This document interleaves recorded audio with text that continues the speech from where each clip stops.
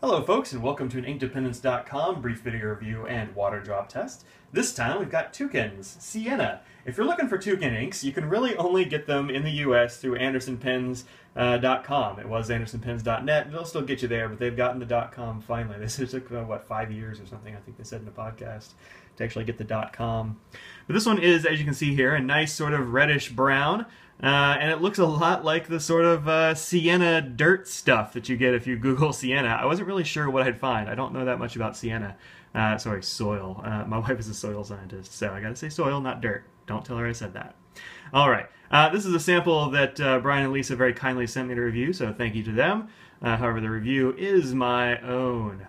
Alright, oh, another thing about these inks is if you don't get them in a sample vial, you get them in a big bag that looks kind of like a, I don't know, like a bag you'd hang up in the hospital or one of those ones they use in the blood donation place. It's a pretty sweet way to get inks, really. And the shipping is easier, and you can bet that they're not going to break. So you won't have any broken ink bags, I don't think. Anywho, the other thing look like is those platypus bags, if you like outdoor stuff. Anywho, this one is an ink that I used in this pen, which is, everybody will notice, is a 540. That's TWSBI Diamond 540. And that's all that's left, really, that's not in the bottle. There's what's left in the bottle, I don't know, a mil or so. About 2 mils. Guess I only used a mil. There you go.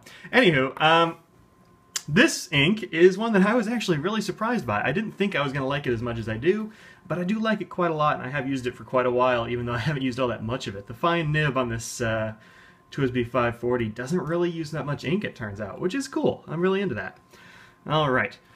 Flow, I say, is spot on because I never once had a hard start in this pen, and it would sometimes sit unused for quite a while. I have a lot of pens inked at any one time, and so not every pen gets used every day. So sometimes that can be a problem. It wasn't ever a problem with this Toucan ink.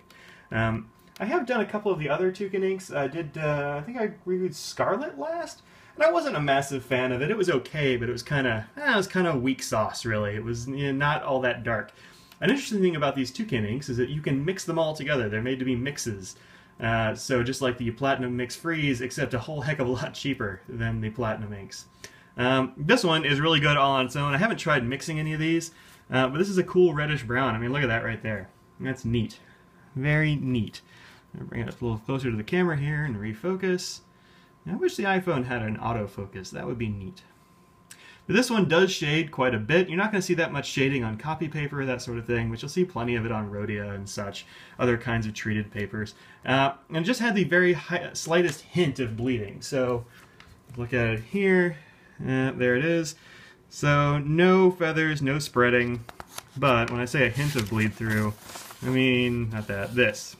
So just a little bit. I mean, it's kind of ghosting, basically, with a few spots. You compare that to this stuff here, which is the olive green I have reviewed here.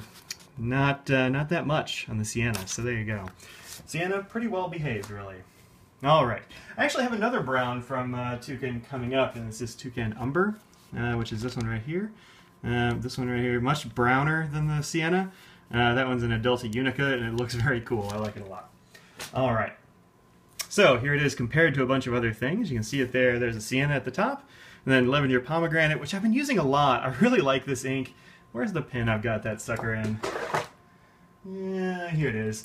That's this Franklin Christoph 27 that I just reviewed on the blog not too long ago. Great pen, excellent nib, very cool ink that I've got in there. Alright.